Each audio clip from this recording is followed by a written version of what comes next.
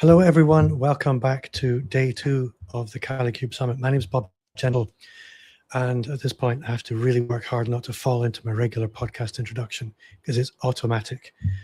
Jason, I'm thrilled you invited me here to play with you today. Day 2 of the Kalicube Summit. Jason's going to be presenting the second half of his framework, really focusing on the business end of things. And I'm going to be here to keep him straight. So Jason, again, thank you very much. I'm really looking forward to asking what I would call the daft laddie questions. Everyone that's here, thank you very much for coming. And I am intrigued, Jason. Let's go. Brilliant. Thank you, Bob, so much. Yeah, day 1 was brilliant. It was really geeky. I went through all of my geeky approach, talking to Nick Ranger, my run through, and then we released all of the SEO focused DSCRI, ARGDW gates. And today we're talking about business, and we're going to start with obviously I'm here with Bob, excuse me, the OPIDC codified in the Kalicube Flywheel. It's the business end. It's how do you make money from all of this AEO or AAO, assistive agent optimization. And welcome to Tommy from Florida. This is the Kalicube framework. As I said, we've gone through DSCRI, ARGD, and W yesterday with the perfect click, the imperfect click, and the agentic click. Now, we're going to tell you that the one gate, i.e. when you get that click, it's not the finish line, it's the start line for your business. And this is a huge question for me because as an SEO over the years, I got so obsessed with the geekiness and the engines that I forgot I'm actually trying to make money. I'm trying to get clients, trying to get those clients on board, then I want to keep those clients, and then I want to make sure that the engines see that I'm serving the subset of its audience who are truly my clients, that I can truly help, so that it will send more to me. And that's what we call the Kalicube Flywheel. It's pushing out my business functioning so that the engines can see that I am walking the walk and serving the subset of its users who are my audience and my clients, and it will send me more. So we've won the click. We got the imperfect click from traditional search, the perfect click from assistive engines, or the agentic click from the agents. And you can read the 2 articles there, the Untrained Salesforce, which is the final article in the 19-article series on search engine land, or the 3-1 resolutions over there on the right. And just scan those QR codes, read the articles. It goes into more depth about every single topic that I'm talking about today. And on the left-hand side, you'll also see which sessions today talk about the explicit or specific part of what I'm mentioning here. So the idea of this is I run you through the entire OPIDC and the Kalicube Flywheel, and that you can watch the right sessions that make sense to you, because right down there in the left-hand corner, we're showing you which ones they are. And if you're interested in reading more, go and read them on Search Engine Land or on my own website, scan the QR code. So OPIDC is the business. It's serving the people. This is business. And for me, it was the part that I had developed the least. And as I developed it, I realized, obviously, it's the most important part because that's where we get money from, but it's also the biggest source of data and content that we have to feed the Kalicube Flywheel, that then feeds the bots and the algorithms and creates that flywheel that moves us up and up and up with more clients. So I started with Scott Duffy, a client of Kalicube's, absolutely delightful guy, super smart business person, sold a company to Richard Branson. You must be good if you sell a company to Richard Branson. And he talked to me about onboarding. Yeah, I hope Richard's watching. He talked to me about onboarding, but particularly in the B2B space. And Brian Scudamore, Dragon's Den, another amazing businessman, 1-800-GOT-JUNK, billions of dollars in revenue, talking about how to onboard a B2C client. And Bob, I know you've done a lot of work and you understand what onboarding is all about. Onboard a client, make sure that you're giving them what they expect. So give me your perspective on that, because I'm actually interested. I can turn this into a little bit of an interview. Well, it's really fascinating. I think I used to work in agencies up it's typical. A police car is going to start just now. It's the hottest day of the year today. And in the UK, if you're watching anywhere else in the world, we don't do air conditioning. It is really hot. So I used to work in agencies, and what I would see again and again is people would say, here are the leads. And they would think, job done, super duper. But what happened to those leads on the other end is a huge impact on the long-term success of the business. The experience a customer has in this initial period working with you is the story they're going to tell. It's like when I was a kid in the 80s, one of my first jobs was working at Apple, and they had a sign in between the public area and the private area that was a complete cliche, but it was, you never get a second chance to make a first impression. And it was so cheesy. I've never forgotten it. This is really what we're talking about here. If you want people to go out and be ambassadors for you in person, consciously, or also sending subconscious active signals, you have so much more control than you thought. And I think it would be an interesting conversation to maybe play in that sandbox a little bit, because it's not something I think the average technician is really too focused on. But your success as somebody who's involved in this aspect of marketing, of visibility, your success is going to be not just in what you deliver, but how the person you're delivering for feels what you deliver. So there's onboarding your own clients and your own clients' experience, but also how they deliver for their customers will have a direct impact on how they see your success. So it's really interesting. Well, what I loved about the conversation I had with Scott Duffy is he's actually changed Kalicube's onboarding process, because during the interview he said, give your client a blueprint. In our particular case, B2B, what are you looking for? What would success look like for you? From this list of 30, pick your top 6. And then every 6 months, we redo that onboarding as now pick your top 6, because we're trying to help help entrepreneurs with their personal brand, and their needs and priorities change over time. And that was a really, really helpful piece of advice for him for the B2B. So onboarding is all about getting the client onboarded and making sure that they feel, as you said, that they have got what they expected, that you're about to deliver what they expect. And that's the whole point of the second part, the P, which is performed. So you need to perform for your client. You need to actually deliver on the promises you made.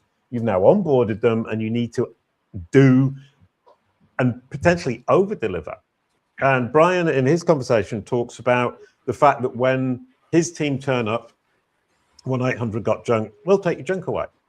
And one of the things they say to their clients in the initial contact is, if you need extra help, just ask.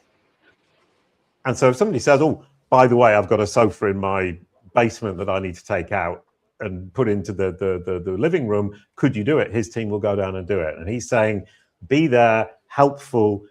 And another thing I loved is, as they walk away, on the back of their hat, it says, how can I help you today? Which invites people to ask them back. That's absolutely brilliant. So not only do you need to deliver, but you need to give the client the opportunity to ask for more in a reasonable way. And what I like about Brian is, he's not saying ask us for anything you want. He's not going to paint your room for you.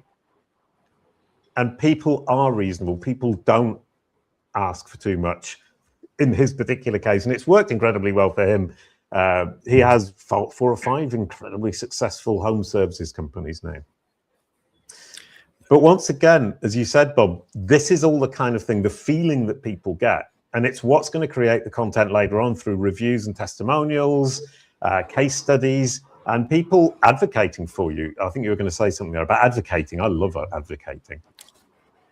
I think advocating and enlistment, these are the 2 words I really like, because I think when most of us deliver our services, delivering our services feels like a job well done. If the transaction is completed, but nobody ever remembers a transaction completed. What they remember is the sparkle and the razzmatazz. And in our customer experience, we can deliver, but if we deliver and program in a little bit of surprise and delight that's not expected, it elevates the whole experience. And that tiny little simple thing like this, something I encounter a lot is A business owner builds a business through charisma, and they need to be able to delegate and shed tasks, and they end up very much removed from the process. But if we can program in, parachuting them in with minimum effective dose in the customer relationship, everything is elevated. And it's these little endorphin hits that just surprise people. They weren't expecting it, and they never forget it. It's incredibly powerful. Brilliant. I mean, what I love today, we're talking about humans. Yesterday, we were just talking about machines. So for the first half of this, we'll be talking about humans, and that's really nice and comfortable for me, because it's obviously the reason we're all here is to serve humans, to do business, to carry on with our business. And later on, we'll be talking about agents and the agents as your client, which is a really interesting concept, so stick around.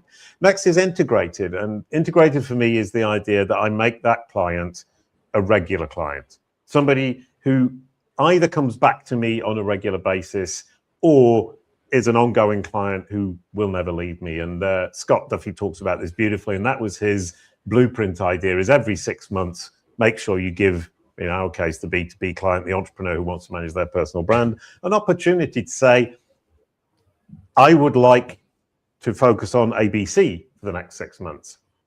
But also, and this is what I liked, is give them the opportunity to tell you what went right, what went wrong, what we could have done better. And all of this is saying, how can I serve my client and make my client feel more and more comfortable and more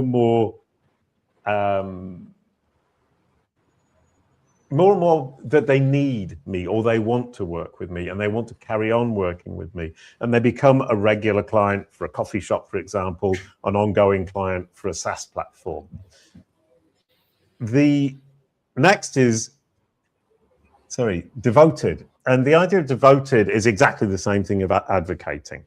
And Nils Varro talks about brand, emotions, feeling, and how to get your audience, your clients advocating for you.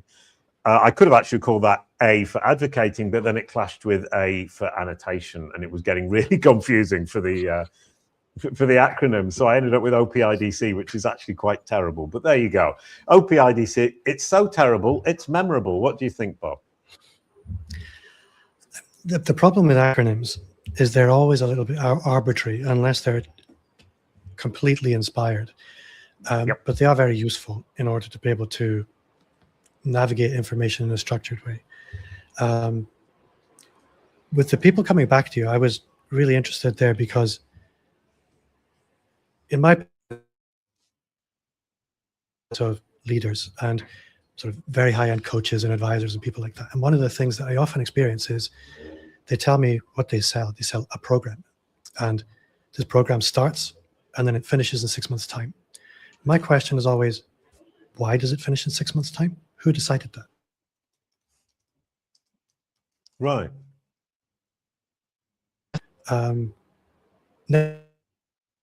We want a 6-month subscription ever.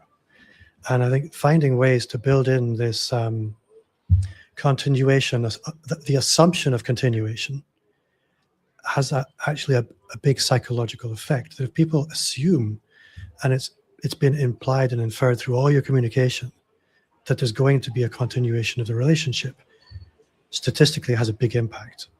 And as well as continuing your relationship with your customer, positioning yourself for referrals, I think is a really obvious extension of what you're talking about here.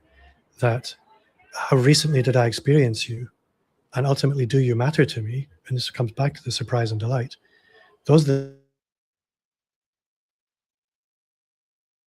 you want people to refer you, you better matter to them, otherwise it's never going to happen. So finding ways to matter to your customers. I'm probably stretching things a little bit. And no, I mean, I think kind of one of the things that from yesterday is we were talking about machines, we were talking about algorithms, a lot of talk about how do we create the content that's going to inform, educate, train, brief, whatever you want to call it, the algorithms. And the kickoff for today is very much, how do you serve people and make them feel?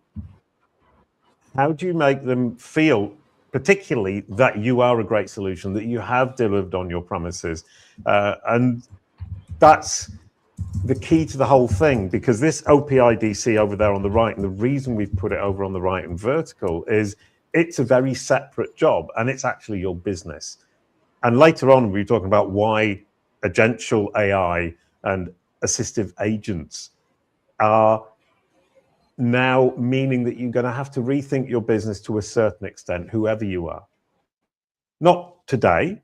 It doesn't change today. Agents aren't they're not going to be a majority of your clients today, except in some circumstances. By the way, Dave Davis talks about that for Weights and Biases, where agents are actually their biggest client. And that's kind of scary. But Gennaro Cofano also gives his talk, and we have a conversation about why we shouldn't worry about it right now, that there are boundaries and limitations on how fast agential AI can actually take the place that we perhaps are imagining it will. So, codified. James Dooley talked a great deal about this, and what was lovely about the conversation I had with him, another client of ours, we're working on his personal brand and his corporate brand, and he's picked up on it completely. The idea that you need to take that business, the functioning of your business and your client experience, how you serve your clients, and codify it so you can feed it back to the machines, because the machines read very differently to human beings online. And the other thing, the reason I've got the AI resume in the bottom right-hand corner is because we're working with him on his personal brand. And the AI resume, the brand SERP, the search engine results page for your name as a corporation or a person, is for me the first part of codification you need to look after. It's the bottom of the funnel person who's searching your brand name as a corporation or a person who's ready to do business with you. That brand SERP, which I would call your Google business card, or your AI resume, let's say the CV that the AI will push out to the subset of its users who are your audience, is fundamentally important to converting those bottom of funnel clients. But it's also the foundation of all of the understanding that the machines have about you. And that understanding, if it's right at the bottom of the funnel, if it's correct at the bottom of the funnel, for every single query, not just your brand name, but all the queries around your brand name, what I call the AI due diligence rabbit hole, then you can be sure that the AI will represent you the way you want with your brand narrative from the bottom of the funnel to the top of the funnel. So always start with your brand SERP and your AI resume. And James is doing a wonderful job with us. His AI resume is looking incredibly good. Now we're going to go into the geeky stuff. Well, the codification. And Andrea Volpini talks about this beautifully. He's the #1 geek in the world, but he's also a very smart business person. And when we talk about it, he actually talks much more about business and people than he does about machines. And I love that, because he's communicating with machines. That's what WordLift is all about. But his focus is on serving the human and making sure the business functions. And that's the right way to look at it. I need to make sure I'm serving the human being. I need to make sure my business is making money. Then I need to translate it by codifying it and using a single source of truth to push that content back out and I would like to say charm the algorithms. I need to make the algorithms see and understand that I am walking the walk with my clients. I am serving them and my business is successful. And when you look at the single source of truth, take your products and services, what you sell, take your brand narrative, who you are, your authority content, all of your expertise, the operational data, i.e. the FAQs, the client support text, the sales calls, all of these things, the feedback that you get from your clients. And then bringing all of the offline stuff you're doing online, and we do this for our clients, is when they sponsor an event, we bring that online. When I'm doing entrepreneur organization events, I bring that online. And all of that is an opportunity to push that data, that information into a single source of truth, organized once, and Andrea talks a lot about that. Organize your data, organize it today. So the first thing we should all be doing is thinking about, where is my single source of truth? How can I organize this data? The products and services, the brand narrative, the authority content, the operational data, and bringing all the offline online into one single source of truth, organized once, consistency everywhere, because then I can codify it into multiple different formats, HTML, a product feed, web MCP when that comes, text, video, audio, any format I need to push it out onto paid, the search engines, the AI engines, agentic commerce, human channels, and offline, and then bring the offline back online, as that diagram clearly shows. This is the way to make sure that your message is clear, consistent, over time, and over space, across the internet and offline. So at the bottom there, you can read the article, How AI Forms Opinions, Harvest, Codify, and Distribute. And the harvesting is interesting because it is looking at your business operations and asking your clients to give you feedback, asking your sales team to give you the sales calls that they're having and the questions that people are truly asking, and putting that out online on your website and indeed off your website so the machines can understand exactly how you serve your clients, who you serve, and what you offer, what your guarantees are, all of the details of your offers that you don't necessarily have in your products and services feed. And that's an interesting kind of little story that I love to tell. Is I was in Australia looking for a coffee, and I used Google Maps, and I searched for coffee shop with a comfy chair because I really wanted to sit down and have a rest because my feet were tired. The top ranking coffee shop was not the coffee shop with the most reviews. It was the one where somebody had left a review saying, and the chair was very comfortable. And I went to that coffee shop because somebody had left a review saying the chair was comfortable. That's what I was looking for. And the owner themselves had never put that in any of the descriptions or in any of their, or across their website or in their Google business profile.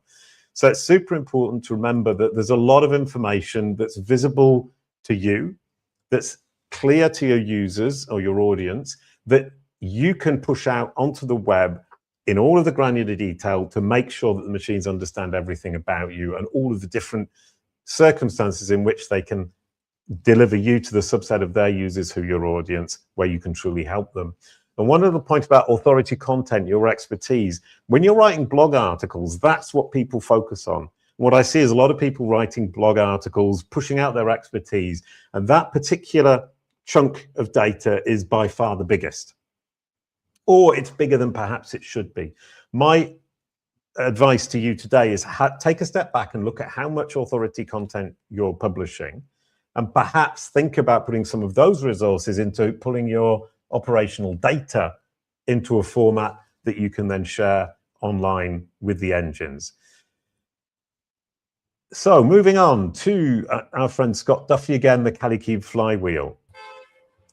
We have, thank you, welcome back, Bob. Oops. The internet is not my friend. No, you missed a whole chunk about the single source of truth, and I was waiting for you to come back. This whole idea of harvest, codify, and distribute, I really love this concept, because that's what feeds the Kalicube Flywheel. And you have your single source of truth that allows you to push content into first-party sites, second-party sites, and third-party sites. And when we look at that, if you were here yesterday listening to us talk about claim, frame, and prove, the claims that you make on your own website is you explain who you are, what you do, and who you serve in as much detail as possible. And all of that additional data from your business operations is super valuable for all of that detail. The coffee shop with the comfy chair being a great example. But then you need to push that out into second-party websites, i.e. any website where you control the content, but not the platform. So LinkedIn, YouTube, Medium, all of these places that you can publish where it's clear that you control the content, but you don't control the platform. That's corroboration. And then the third is third-party proof. That's a third party on an independent website who writes about you and confirms the claim that you've made on your website. And the claims you're making on your website are, who am I? What do I do? Who do I serve? And why I'm the best. And you should never be afraid of saying why you're the best. But when you say you're the best, or you're a leading in the world, or you are an expert in something, you need to be able to prove it. And the only real proof that will stand the test of time is third-party proof. So, Bob, I know you know a lot about this publishing. You do a lot of publishing with podcasts and so on and so forth. Well, before we get into that, I want to ask about codify and push. And there's also a question here in the chat. I don't know if you've dealt with it already, but I want to ask about codify and push. And I'm going to ask my daft laddie questions. When you talk about codify, and I apologize for the SEO and the professional audience, there will be business owners here thinking, I don't understand what he means by codify, and push is rather vague. Yep. Okay. So when you come back here to the single source of truth, it's a database with everything in it. So you need some kind of geeky person to put it all in a database, or an AI assistant where it has a core of knowledge that it can refer to that's stable. So to further hassle you, define database in this situation. Are we talking a Notion database? Are we talking, like, where does this data live in a very practical sense?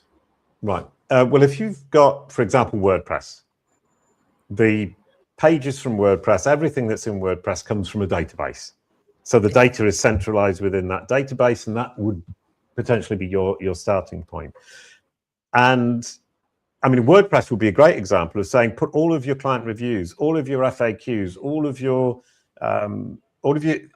what you can extract from Sales Call without obviously releasing sensitive information, and put it into your WordPress site as pages that are publicly visible and stored in the same database.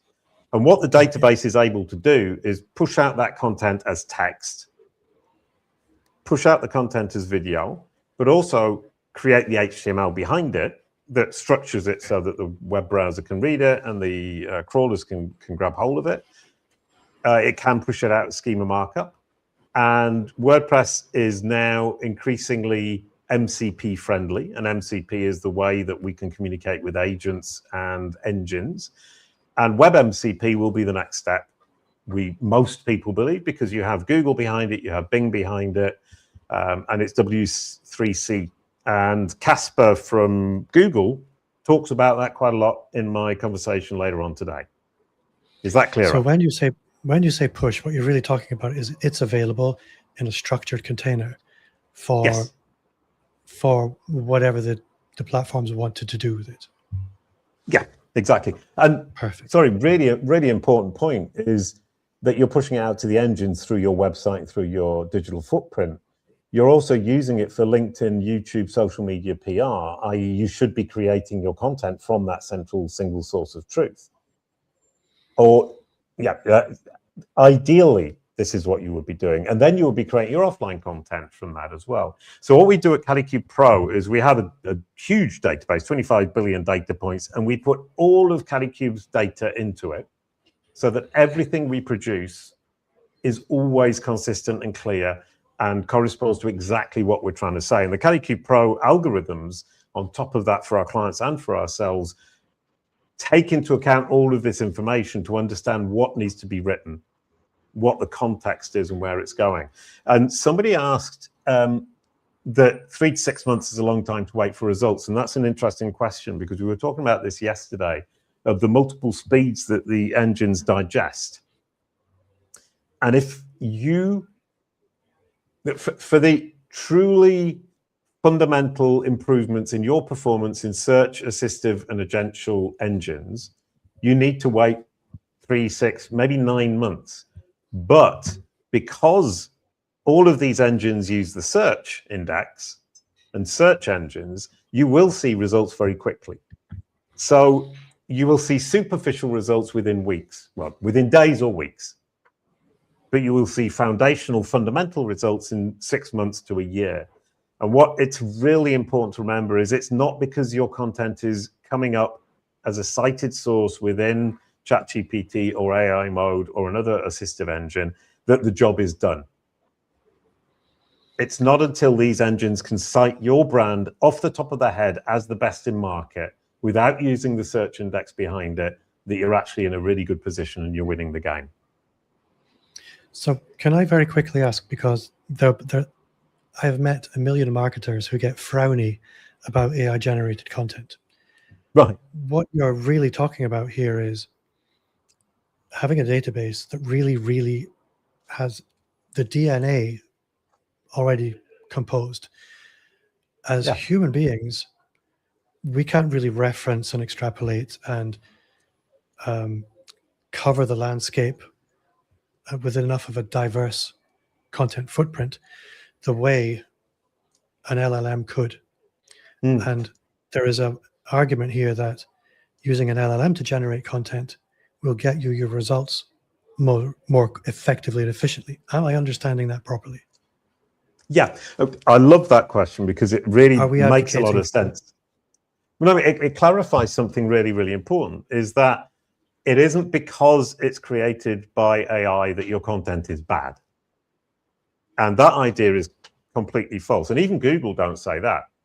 They say, don't create junk content with AI. They don't say, don't create content with AI. And that's a very, very big distinction. And I'm giving a talk on Google Marketing Live.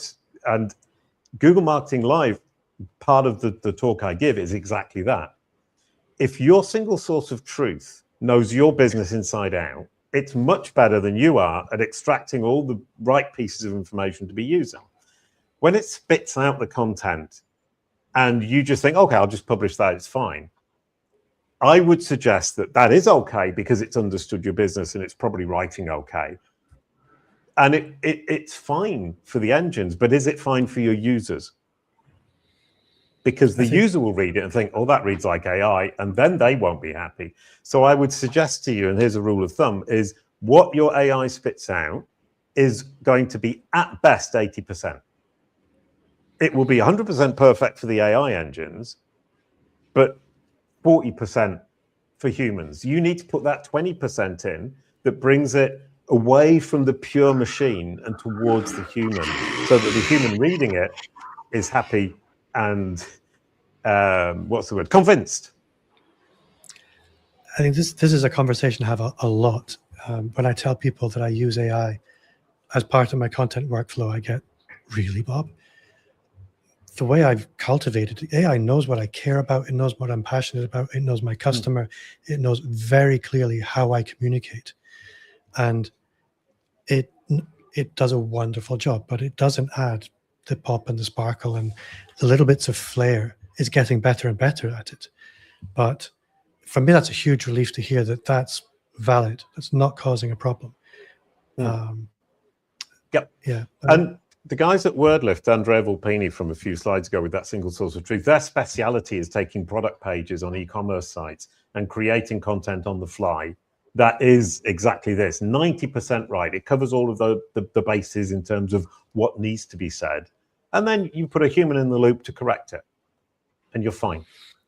So AI content in of itself is not a bad thing. And talking about content, the conversation with Joe Paluzzi was brilliant. We're on the codified, but it's actually the roadmap for creating the right content. And I have an approach which is does exist, should exist, could exist. So you start with the content that exists and you make it better. That's the easy win. Then you look around and you think, what should exist? What am I missing that I know my users need, I know is important for my business? And only then do you do an analysis of your market and of your competition. Only then, do you start doing the things that could exist when your imagination goes wild. So a lot of people will go out and do a PR strategy and try to do this incredibly interesting content that changes the world and gets lots of links. And I would suggest that that's something that could exist, but is adventurous, given that optimizing what does exist is going to be a better payback. And looking at what exists in your market and what your users are looking for is what should exist. Now, those are the two first things you should do. And I have a lovely conversation with Joe Paluzzi about that. And that comes to the return on investment for content framework. ROPI, ROI, ROLP, and ROFI. So on lots of acronyms again. But return on investment is what you're getting when you create content today. You're creating content to try to get return on investment today. Return on past investment is looking at what exists already and improving it. And there's a lot of content that you've already got, that you've created, that you can go back through and improve, because the world has changed. The world isn't quite the same as it was 4 or 5 years ago. Look at that content from 4 or 5 years ago and Some of it you might want to retire. You might want to prune down your content. Some of it you might want to improve that content and make it better, make it more relevant for today's world and today's engines and today's audience. And then return on latent proof, ROLP, is saying, I'm going to publish something today that I know won't give me a payback today, but I know will give me a payback tomorrow. And an example of that is this summit, for example, is I started placing the content for this summit before the summit happened. And I started talking about the concepts that we're talking about in this summit before the summit happened. And as that picks up speed, and as people start to use the terms and approaches that we're advocating here in this summit, the return on that investment will go from latent to being active. So every time anybody says the word algorithmic trinity, every time somebody says the word the return on investment for content framework, I'm getting return on latent proof because I put the proof today, but didn't get the payback today. And return on future investment is exactly this summit. 6 months ago, I thought, I want to do a summit. I know it's going to be important. I know it's going to be helpful. I know it's going to be very powerful. Don't know why, but I will invest in it today, but it won't exist at all for 3 months and won't exist in reality for 6 months. So that's thinking about the future, planning for the future, investing in the future, knowing that it will only pay off in 1 year, 2 years, 3 years' time. Claim, frame, prove. We talked about this yesterday. I won't go into any more detail, but the idea that I'm going to claim something, I need to frame it to my advantage, and then I need to prove it. And I was talking to Teodora Petkova, and you can read the article on Search Engine Land. The engines can see your claims. They can see the facts about you. They can see the proof of those claims. And you can potentially join the dots so that it makes it clearer for them that your claims are indeed true. I'm the world's expert in brand SERPs. I'm the world's expert in knowledge panels. You're the world's expert in building personal brands. Bob, excuse me.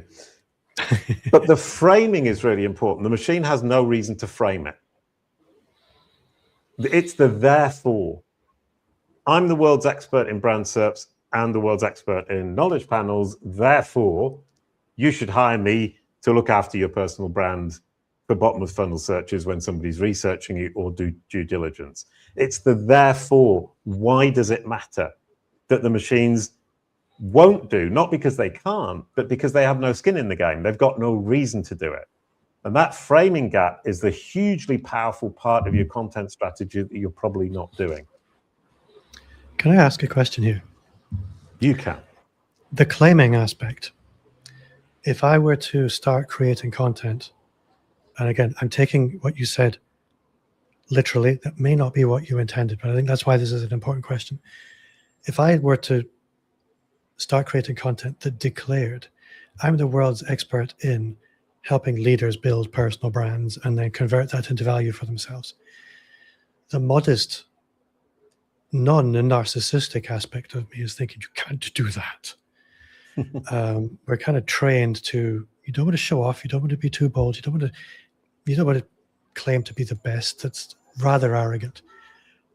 From a pragmatic perspective, how can we approach this? I don't know if what I'm describing is what you meant, but I'm... No, it's a really good question, because I kept using the word best, and that's world expert or recognized expert. So I'll take a step back, and you're very right to call me out on that. It's proven.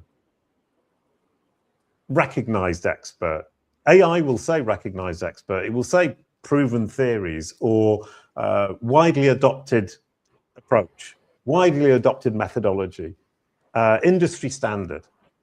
These are all things that you can prove, i.e., you can say this is used in multiple places and extrapolate. You can exaggerate a little bit. It's not necessarily an industry standard, but it's accepted by 20 people in the industry.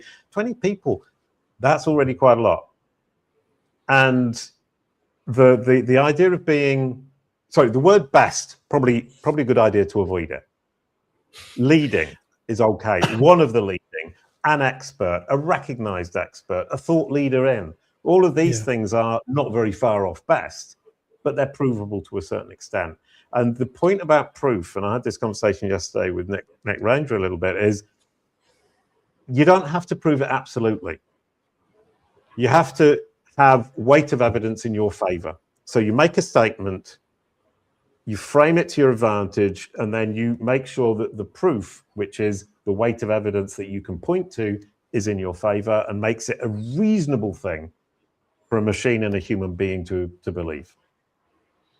So it's fair to say, if you're an e-commerce brand, this level of boldness and declaring we are really good at this, these are great products, these are leading products, there's no emotional struggle with that.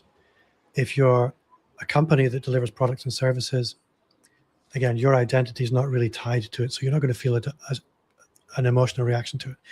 But a lot of my clients are leaders. They're very good at what they do, but often nature's wallflowers. They kind of wait for, they don't want to show off. They don't want to be flash. They don't want to have to say, I'm really, really good at this. They want their work to speak for themselves. They're setting themselves up for a disadvantage. And I think this is why systems for self-advocacy become really important. Oh, I really like that. Systems for self-advocacy. And it is a problem. I'm not saying to anybody, go out and shout your own glory from the top of the rooftops, and you're going to sound like somebody who's so full of themselves, a narcissist and so on and so forth. But you do need to advocate for yourself. You do need to do that because the machines won't do it for you.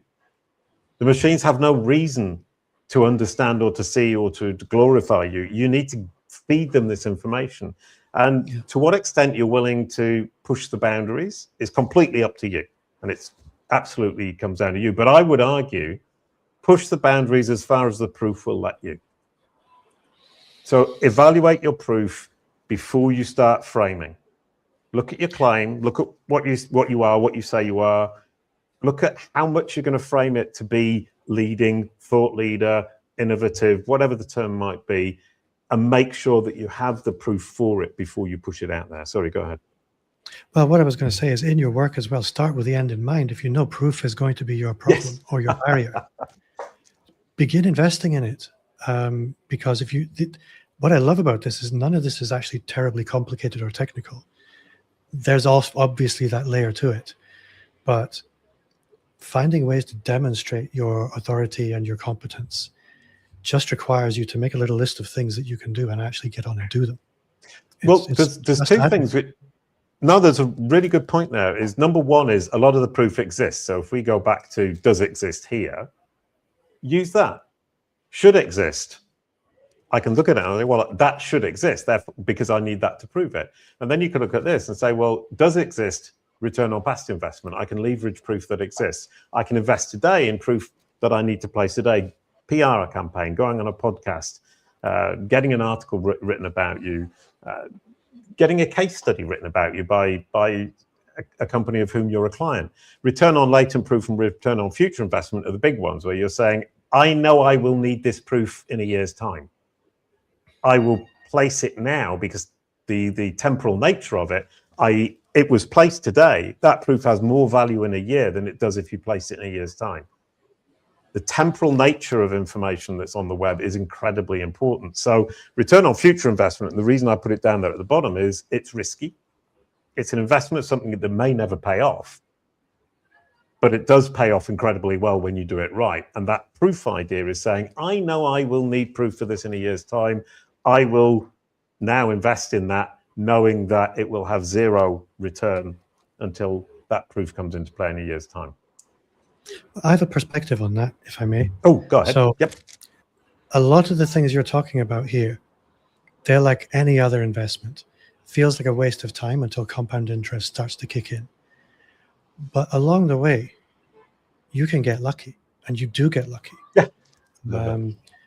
Going to the casino is never a good plan, but it's good fun, and it's quite entertaining. But the more often you do this, the luckier you can get. And the more you start to recognize what has what effect.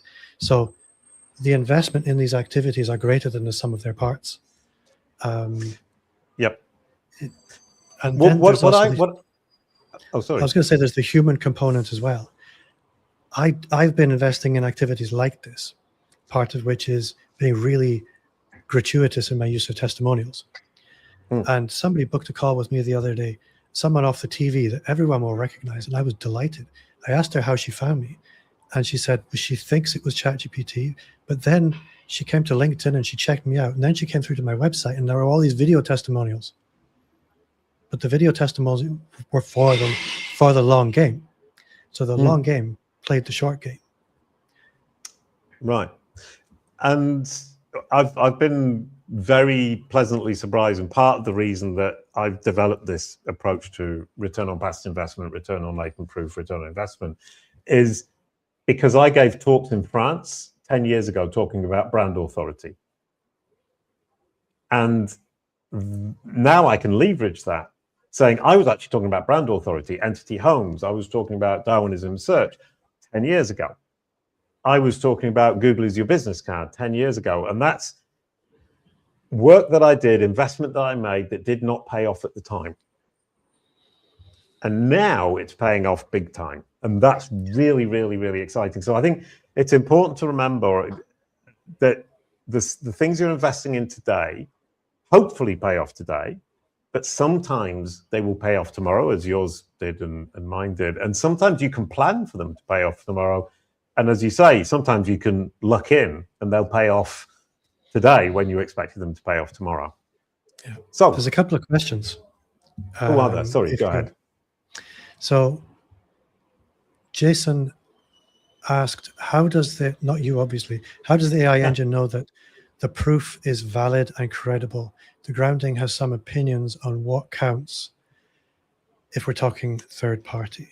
Yeah, no, 100%, which is a great question, because what is reliable? Number one, obviously, things like Wikipedia, very trusted.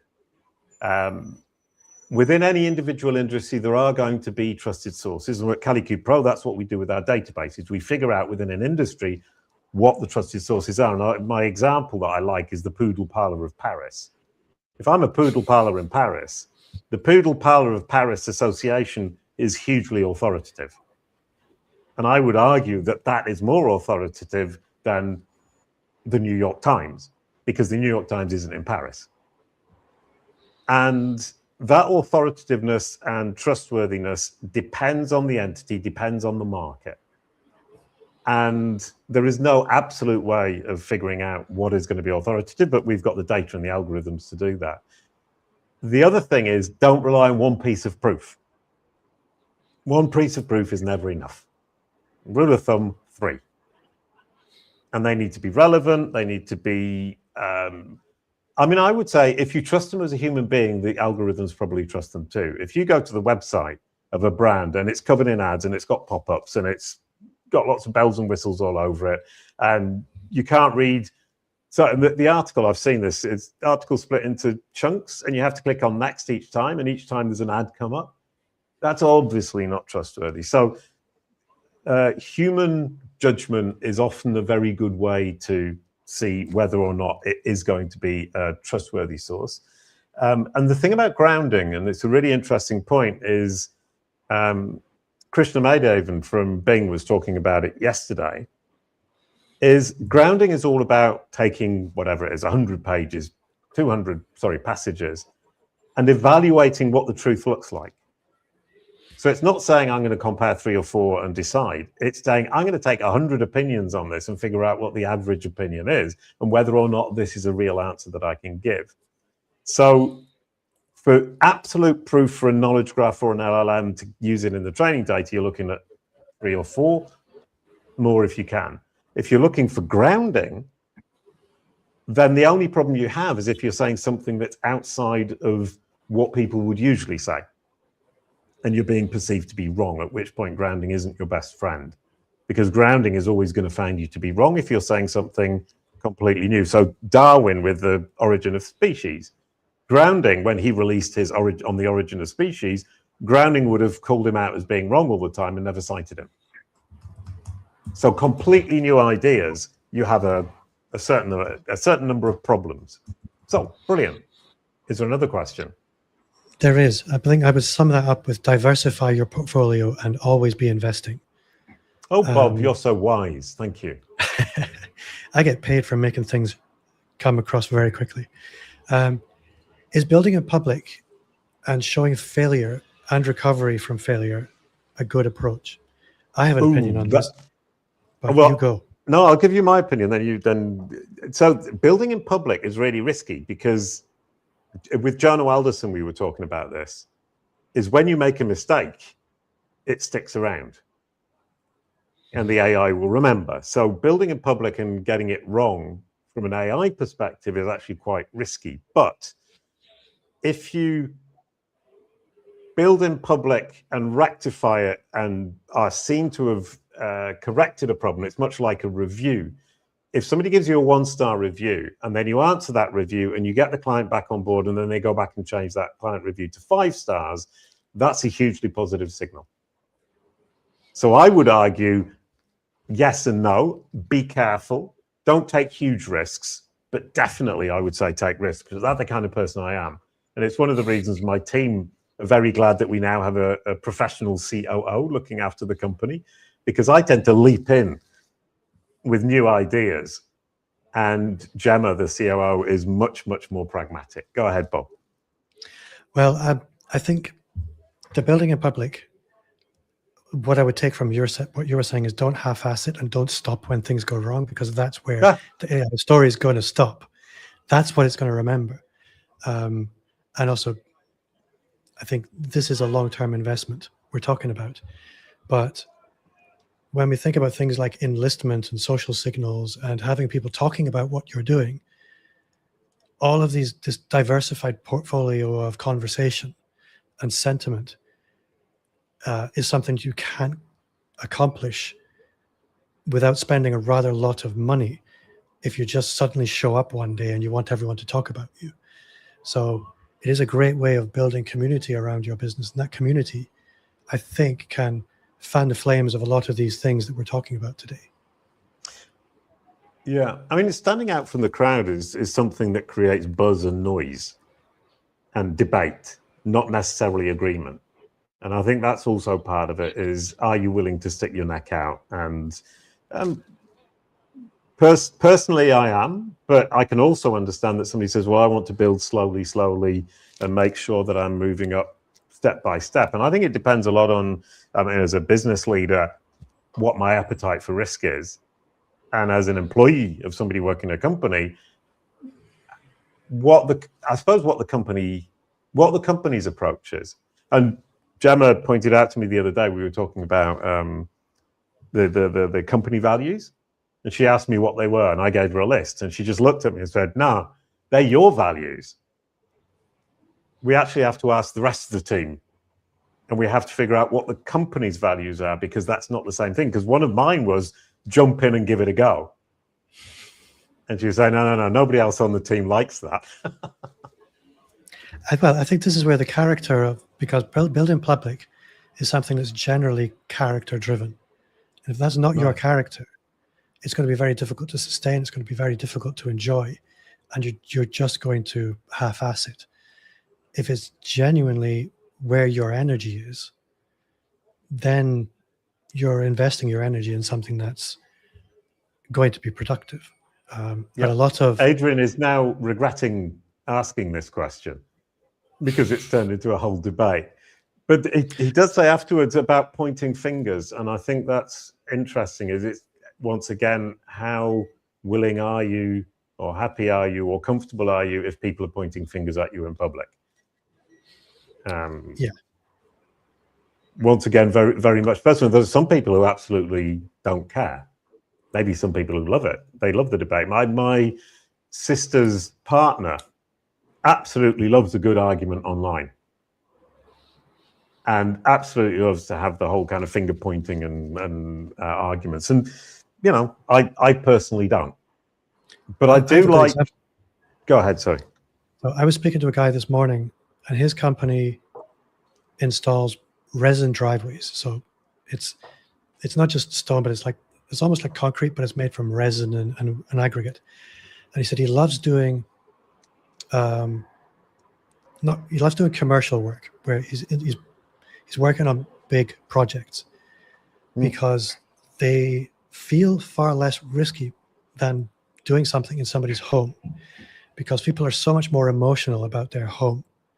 And so the chances of negativity from that project, even when it's done beautifully, are really high, because people just feel that much more strongly. So I think reflecting on your business, how likely are you to have unwarranted emotional reactions to your business is a big indicator here. I think if you're largely business to business and you're working with other founders, the risk's very low. But if you're a consumer business building in public, could be incredibly risky, I think. Oh, that's a really good point. Brilliant. That was a lovely, unexpected chat. Thank you, Adrian. Moving on, we're talking about opacity across the board. And I think this is the thing that we're all trying to get used to now, is search was very easy to measure. You could see the ranking, you could see the click, you could measure the click. And that made our lives as SEOs and as business people quite easy. We could then look at Google Analytics. You could figure out where your clients were coming from, how much money you were making, and figure out where your return on investment is coming from and what you should be investing in SEO, AEO, AAO, whatever you want to call it. But now we have a point where the brand doesn't have any visibility inside the assistive engines. What's the LLM is thinking? The user doesn't know what's going on behind the scenes. They've delegated the research and assessment to ChatGPT, to Google AI Mode, to Gemini, to Perplexity, and they don't know what's going on. And the engine itself doesn't think in the way that we do as human beings. They don't actually understand what they're doing. So nobody really knows what's going on, which is a delightful situation to be in.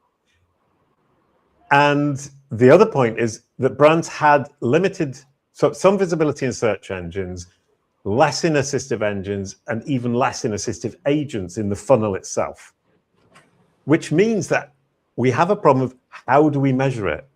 The precision has gone. And I talked to Kevin Indig, so he's one of the sessions from later on today, and it turns out we're thinking very much the same thing. He's sitting in Germany, I'm sitting in France. We had a conversation and we kept saying, oh, yeah, I was thinking that. And it's micro to macro. Is you need to switch your mindset away from this idea we can measure everything to we need to measure the system as a whole.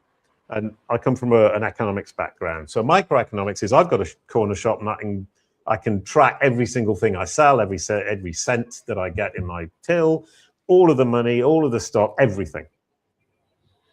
The Bank of England has to identify a basket of goods that's representative of what people would need to survive and live a normal life in the UK, and measure inflation according to that basket of goods, because they can't measure the price of everything across the entire economy. And that's what you end up needing to have to do with your measurement inside the funnel. Obviously, once the person is on your website, that's a different story. You can measure a lot of micro stuff there, and that's absolutely something you need to do. But you need to identify what the overall picture is, and understand that you've built it on a methodology that you develop yourself. I call mine, we'll see in a moment, the funnel query pathway, and that you cannot measure it to anything, compare it to anything outside. So it only measures against itself. So you need to start your measurement today on a methodology that you feel is correct for your business, and then you are able to compare back the improvement over time, as opposed to the absolutes that we were used to with SEO. And yesterday, we were talking to Nick Ranger, and there are still some things you can still measure micro, for example, ranking or clicks in search, or the connection of an agent to your MCP. I would argue don't mix macro and micro for your entire strategy. Your strategy, your overarching strategy, needs to be measured the same way across all three engines: search, assistive, and agential. But you do use the micro signals that you can get to improve the tactics, improve the details, and tweak things on your pages. Go ahead, Bob, you were going to say something. I'm not sure I was. Oh, sorry. I think there's a lot going on in my head as I'm listening. Oh, maybe it was I could see you thinking. I think my face moves a lot when I think. You know what I was thinking? I was trained as a marksman once. It's a very long story. But one of the things that you were taught was you never make more than one adjustment at a time, because you need to understand what's causing the effect. And when everything's happening behind a curtain, it's hard to know what the effect was caused by. And how do you approach this, particularly in the assistive engine marketing? In SEO, it was a bit easier, I think. It's less easy now. So how do you make these decisions about what to adjust? Yeah, I mean, it's a really good question that I've never really considered in the particular state that we have today, because as you said, those micro adjustments, then you see what happens with the micro measurements, and then you can adjust. In a macro world, you can't do that. And so you end up having to have a strategy that is the macro strategy. And that's what the Kalicube framework is all about. It's saying, here are the best practices, apply them across the board, and measure the success according to your macro measurement as time moves forwards. And that's a whole mindset shift for people. It's saying, I can't rely on the micro measurements for my overall strategy. What I can do is change something. For example, I mean, a good example would be doing a micro measurement in search. Is saying, well, I'll change my meta title and see how the rankings change in search.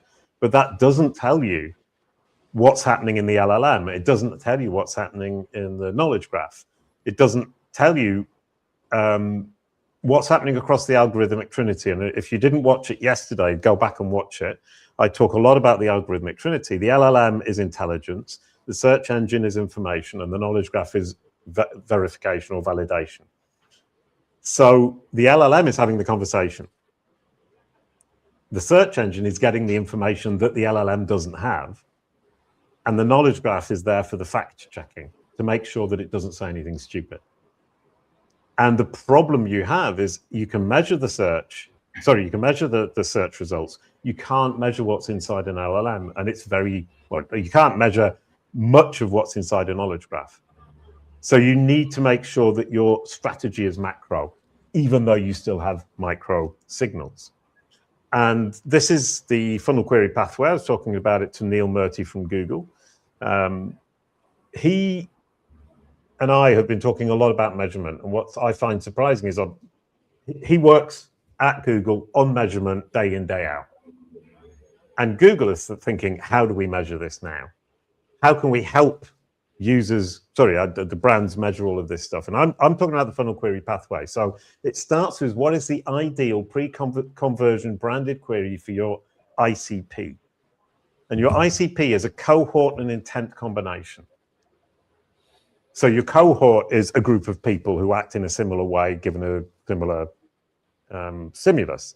And the intent is what they're trying to achieve at that exact moment. So my cohort is high DI entrepreneurs.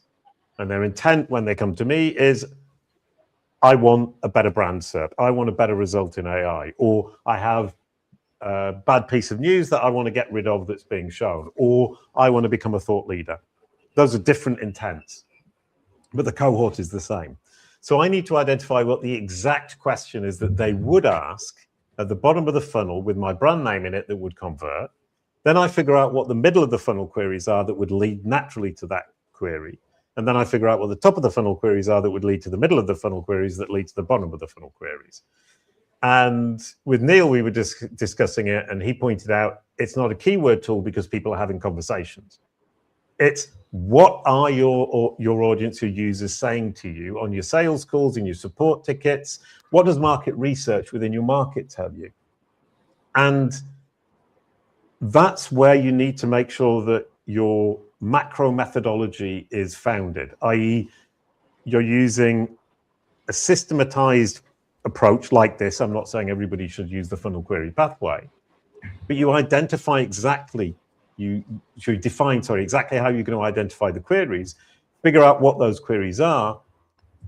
I'm using cohort intent combinations because that's how Google Ads functions, and then stick to it. And if you want to read more about that, there's an article on Search Engine Land. Go ahead, Bob, sorry. Well, I was going to say, I'm getting embarrassing goosebumps because this should be so obvious. And yet it just isn't. I'm looking at this thinking, why? I have all kinds of customer avatars. But the simple clarity of the cohort and the cohort's founding question is actually really potent, because it could drive everything so obviously and logically.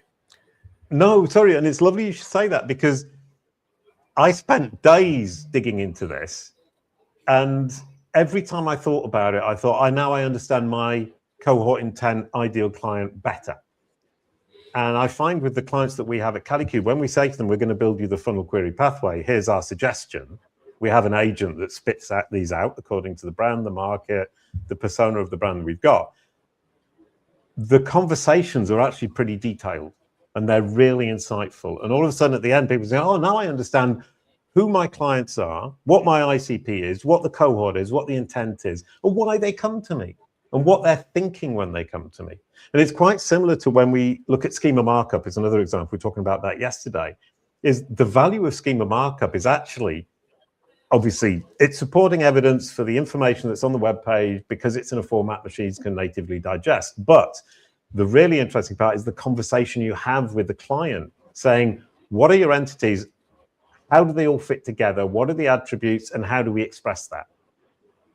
So these two conversations we have with clients is, let's build your schema markup, and that's going to help you understand your business and its structure, your products, their attributes, and what they serve, what you have. And let's then talk about the funnel query pathway, identify your cohort intent combinations, and what the questions are going up the funnel. And then we also know what content we need to create. I also had a perspective on what you were talking about with the macro, which is you can, with SEO, you could test and adjust. There was a short gap sometimes between cause and effect. With the assistive engines, that's less obvious. And in such a situation, the risk of heading off in the wrong direction or missing obvious things becomes much, much higher. But in a situation where you don't have a wealth of information and clarity and a clear roadmap, data of what worked before becomes incredibly important. Yes. I think this is one of the, this is going to sound horribly promotional for Kalicube, but because this is all you've been doing for a very long time, and knowing you, everything is recorded, every cause and its correlating effect, positive and negative, has been recorded. That's why the results are fairly predictable with you. It de-risks the whole process. It de-risks the opacity. And no, that so much of that is open and public is admirable, because it would be very easy to keep that behind closed doors. Well, there are a couple of things. Number one, I mean, the database, I've been collecting this data for 10 years, since 2015.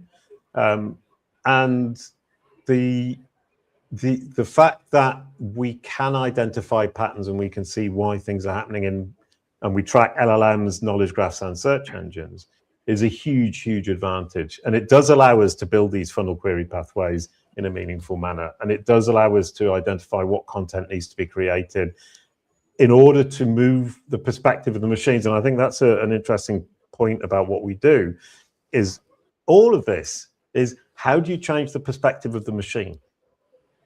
How do you brief the machine? How do you train the machine to think in the way that's to your advantage? I need to change its perspective so that it sees me as the best solution to the problem that its user is expressing. So moving on, Kasper Kulikowski from Google, who talked to me about the agential web. He's building agents inside Google Chrome, which is delightful. So Google Chrome and all the other browsers now come with an agent pre-built in. And that's all about the agentic click, i.e., in fact, it's about the funnel as well, is the agent in the browser can actually navigate for you and do the research and click on the button, which means the agents are much closer to us than we possibly think. So it's not just the really high-tech, geeky people with their agents going out and getting things bought, and potentially, SaaS platforms who are selling services to developers. But with the agent in the browser, the distinction between an assistant and an agent is becoming more and more difficult to define. And one of the big questions that Kasper was looking at was, how do we ensure that the browser agent, so he talks about user agents, user agents as in the agent owned by the user, the browser agent, and the website agent. And there are 3 types of agents you need to be paying attention to. So watch that one. It's brilliant. He's a really interesting guy. I talk about the agentic spectrum, which allows you then to look at what level of business change you need to make in preparation for the agents. But coming back to Casper, one of the things we were talking about is how easy it is for an agent to fill in a form on your website. And if you've prepared it for accessibility, it will take 5 seconds. And if you haven't, it will take a couple of minutes. And Dave Davis does a demonstration of that. When your website's very badly coded, it will take an agent 2 minutes to actually fill in a very simple form. And you need to make sure that your web forms can be filled in. And it's not, obviously, all of that's very technical, but the point is you need to start thinking about your website and how it's going to engage with agents. And then as you move forwards, how your business is going to think about agents. And Andrea Volpini talks about that, is the agent is going to be your client. To what extent it's going to be your client depends on your business. And when this is going to happen depends on your business, your market, but also the technology, as we'll see in a moment. But if you're a coffee shop, maybe 5% of your business is going to be agents. I sit here and I buy my coffee across the road to be delivered from Starbucks or whatever it might be. I use an agent and somebody comes and delivers it. So even a coffee shop would need to think about how an agent is going to be engaging. A SaaS platform like Weights and Biases with Dave Davis, 100%. He's saying almost all of their clients now for one of their particular products are agents. And not only do they convert the agent, but they need to keep the agent happy as a client. And then everything in between. But the point is that I'm talking to clients now, every single conversation has somewhere in it, what are we going to do about agents? And almost every time they have to think about something in their business model that needs to change. So think about, how will my business how will my company do business with agents? And I'll give you an example, home services. A company that didn't display their prices on their website, all of a sudden an agent can't do business with them. So the agent's going to the competition potentially in the future. So there needs to be some kind of some kind of pricing system that's public. And that was something they built their model on. We'll come around and do an estimate for you, and then we'll give you the price. That can't work for them anymore because they will lose all of the agential clients. But what I liked about Gennaro Cofano is he says, don't worry about it too much. Don't panic. Agents are here, and they are going to be incredibly important. And it is something that we need to address today. But in this very complicated looking diagram, he walks me through the whole thing. And the point is there are limitations on how fast this can move, including electricity, including the microchips, including server storage, including 9 things I think he's got down there. It's who has what of the big tech, what they need in order to move forward, and what's holding them back. So you can look at this and say, 5 years, let's say. In 5 years' time, my business has to be ready for agentic commerce to an extent that I can easily do business agentic commerce seamlessly. So start today because you need to be ready, and it will build up over time as these technologies roll out and as users engage with agents more and more and more. I think 5 years it's no time. I moved into this flat 5 years ago. Feels like I just moved in. I still don't know really what's in the streets parallel to me. It's a very short space of time. I was going to ask you about how common it is for the average website. I mean, the average website to see any meaningful agent traffic. But I look at. Oh, sorry. But I look at how I'm beginning to use AI in ways that I'd never have imagined even 1 year ago. And I know as soon as agents become meaningfully useful for me, that's going to be the way I do it. I will tell my computer, go do this thing for me, please. Yeah. And I think there's a culture change here as well. For a lot of business owners, you talk about agents like everybody knows what agents are. True. A lot of the people in this summit probably know what agents are, but you ask the average person in the street, they really want to know what you're talking about. That culture needs to very quickly change, because people who were business owners who don't really worry too much about SEO because the local businesses and they do okay, they are going to have to worry about this like they didn't necessarily have to worry about that. 100%. I mean, they can also say, I don't care about the 5% of people who are going to buy coffee with an agent, which is fine. But it is something to be taken in consideration. And I would suggest that if you do choose to ignore agents, you do it in full knowledge of what it might mean. So there is this thing, and if we go back one slide, the agential spectrum is, where does your business sit on there? Are you selling socks? Are you selling coffee? Are you selling a SaaS product? You need to look at it and think, in 5 years' time, what percentage of my business would potentially be agents? Obviously, we can't tell the future, but you're going to have a reasonably good idea. I buy socks. I would black socks from Uniqlo, size 42, agent can do it. That for me is typically something I would just let an agent do. Buying a guitar amplifier, probably not. I'd still want to window shop. Musical instruments, for somebody who really cares about music, super duper, I want to do that. But if somebody's buying a guitar or a guitar amp as a present for somebody and they don't know anything about music, potentially an agent would be able to do that. So sit and think about it, worry about it extensively later. Don't panic. Oh, sorry, I've gone the wrong way. Don't panic, but start preparing, because as you said, Bob, you don't even know your neighbors after 5 years. So 5 years is a very short period of time. You didn't say quite that. I know I'm misrepresenting. That's the truth. Ah! And in fact, the next big disruption is quantum computing.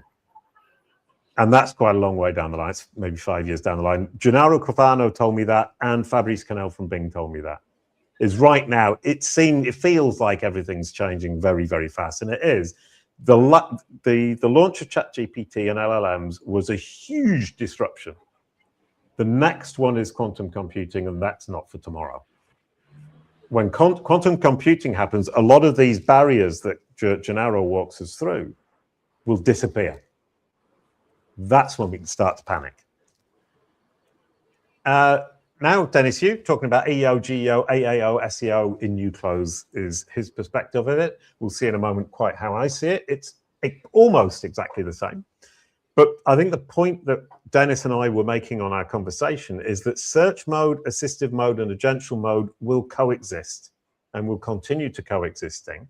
Search is still vastly dominating. Assistive is catching up, and in fact, it's adding demand as well as removing it from search, and agents are going to start to be more and more popular. But for a wedding venue, I would still use search. As a sock collector, and that's my favorite example, I just said I would buy socks using an agent, but my partner collects socks. So she likes being on search engine, going around looking for the best socks, the funniest socks, the most appropriate socks. And for a holiday, I might research on assistive mode, then go and do some window shopping in search mode, and then ask an agent to actually make the purchase once I know which hotel and which destination I'm going to. And this, for me, is the really reassuring part, is search engine optimization is still at the heart of the whole lot. So if you're coming at this and thinking, right, I've got to change my business, we're looking at AI-era business engineering, as we'll see in a moment. I'm looking at assistive agent optimization. Jason's talking about assistive agent optimization. I don't really know. Oh, it's freaking me out, and I don't think agents are anything important. But that isn't the point. It's that search engine optimization is the foundation. Adding on to that, you have the LLMs, the grounding, the conversation that it's having. It reasons and it answers in sentences, and that's the big change. So you need to build new strategies on top of search engine optimization. And then the agents bring the actual machine doing the business with you.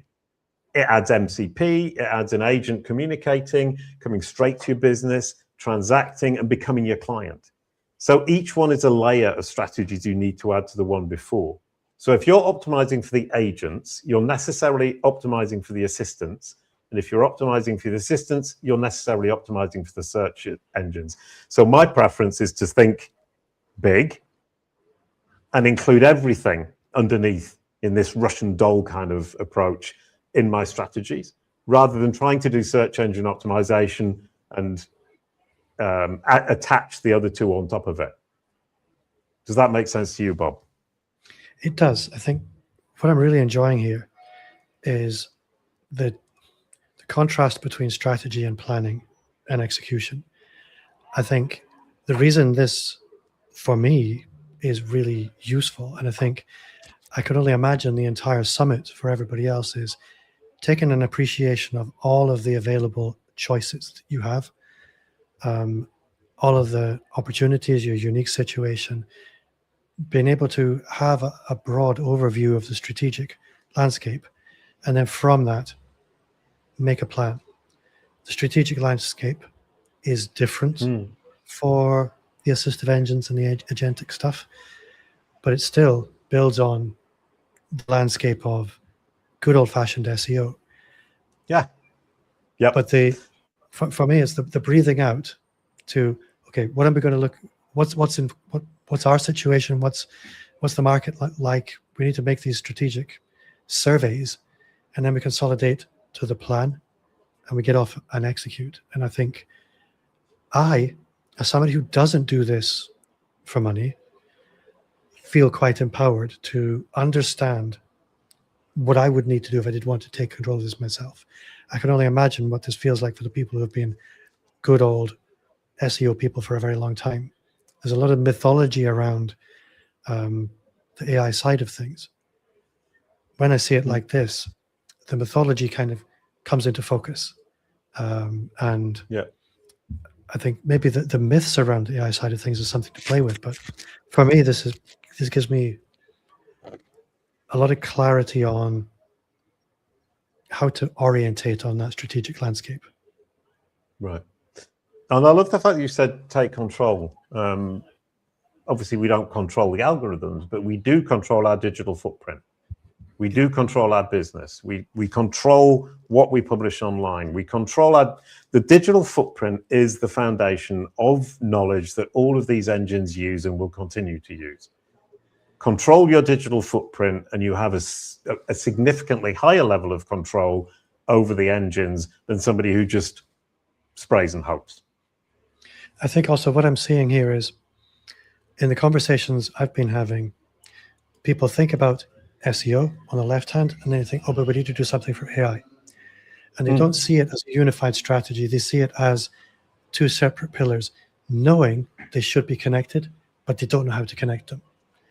So unifying the strategy, so you've got one plan, one strand of activity, one investment rather than two investments, makes everything, it's a lot more holistic. And I think for anybody that's spending money on this, I would feel a lot more confident to invest in anybody that came with a strategy that reflected this, rather than SEO strategy, AI strategy, social media strategy, content strategy.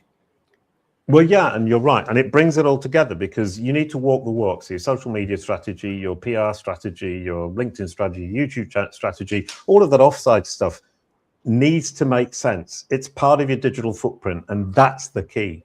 Is SEO is very much about your website. But I've been saying for 15 years, 16 years, it's your digital footprint. It's your entire digital footprint that comes into play. And SEO is all about your entire digital footprint. And once again, search engine optimization is the foundation. You can build assistive engine optimization and assistive agent optimization on top of it. I prefer to say, let's figure out the assistants, the agents, sorry. Figure out what technologies they need. If you're doing web MCP, you're doing accessibility, which covers assistive and search. And if you want to get the agent doing business with you, you have to create content that feeds that agent. And if you want the agent to trust you, you need to make sure that your digital footprint makes you a trustworthy partner and a trustworthy option for that agent. So every time I think of this, I'm thinking, well, it is assistive agent optimization. And thank you, Bob, for allowing me to say that. And I wanted to come to this, which is, I actually have 4 terms, and it's getting quite confusing. And I thought I'd just do this at the end. The whole architecture of what we've been talking about the last 2 days is the Kalicube framework. why the engines decide and what you can do about it. That's what we've been doing for 2 days. The practice is what you have to do. It's your AI era business engineering. You need to reorganize your business, rethink some of your business to cater for people and AI agents. So you need to continue to cater for people, but add on your new clients who are AI agents. And then the implementation itself, the Kalicube process, is the methodology, lots of the tips and tricks and strategies within the overall framework that we've been presenting, which I would argue is assistive agent optimization, which is what SEO will become once both people and agents are the audience. And your AI sales force, this is the way we talk about them. They're selling 24 hours a day, 7 days a week, 365 days a year, around the clock, to every buyer in your category. And you need to train it, and you train it using your digital footprint. And you make sure that everything you're doing in your business that makes sense, that helps them to understand who you are, what you do, who you serve, makes them believe you're the most credible, and makes them want to advocate for you, and in an agent's case, do business with you, needs to be online and needs to be easy for these machines to ingest, understand, and use. And if you want the strategy, you can get the free strategy, get your free AI audit. You can get a competitive audit showing your 3 top competitors, how the AI engines understand your brand today, where you're situated next to the 3 top competitors, an estimation of how much money you're leaving on the table, and a bespoke Kalicube strategy and AI instructions for free. So the point here is I've embedded into an algorithm everything I've just explained, everything we've explained over these 2 days. The audit will understand your market and will give you the best strategy to move forwards for absolutely free. Can I tell you something? I did that audit with my son yesterday on his business. Oh, and he was blown away. It was really startled that it was actually free. There's no gatekeeping. There was no, this is what you can do if you become a client. We'll tell you how to do it. Everything was there, and I don't say this to blow smoke. It is an awesome audit. One of the things I really take away. Go ahead. Oh, okay. No, what I was going to say is I actually started off by building the strategy, so it would just spit out the strategy, and then I realized that the smarter move is that it spits out the AI prompt that you can create your own assistant from, because the AI prompt, you can then teach your own AI about your own business. It probably already knows about your business. So the Kalicube process strategy, because it's done the analysis within the audit of your market, understands the market, because it's been generated by our machine, it understands the Kalicube process. Put those 2 together and put it in your AI assistant, it understands your business. You've got the 3 elements you need: the market, the strategy, and the business understanding. I think one thing I am really fulfilled or excited about here is there's little things like podcasts that people think, oh, where's the ROI in a podcast? If they're not using it as a big audience play, if they have a very niche business. We've answered a lot of that question. It's the same with YouTube. It's the same with public speaking. These things are greater than the sum of their parts. These become the points of distinction. And a lot of people listening, if they are the internal SEO or assistive AI engine person in an organization, and they're looking to get leadership involved in this, this is how they can make a very valuable contribution in ways that didn't necessarily have an impact in SEO so directly. These things potentially have a very large direct impact on the assistive side of things, which in my business, obviously I love it when people do these things, but this gives me an awful lot of powerful ammunition to encourage them to do the uncomfortable things that don't have direct, obvious benefits, because there are some significant intangibles behind the curtain that compound incredibly quickly. So I've really enjoyed this. Super, brilliant. And I think kind of the key as well at the end is that you were making me think AI has transformed or is transforming the world. And it's like the printing press. You're not going to stop it. You need to adapt. You need to make sure that your business is ready for it. And today is the day to start. So thank you for listening. Thank you, Bob, for helping me with this today. That was absolutely delightful. You brought a lot to the table and it was a lot of fun. Thank you, everyone, for watching. And I also wanted to say thank you for the Kalicube team. They put this together. It's been 6 months. Gab and Joanne, amazing work. And the rest of the Kalicube team standing behind us and helping us out. Thank you for watching, everybody. And I'll say that you can now go and watch the rest of the day's show, which is going to be absolutely awesome. I already know what everybody says, and I've told you which ones you should go and see, but now it's up to you. Thanks a lot, everybody. Bye-bye.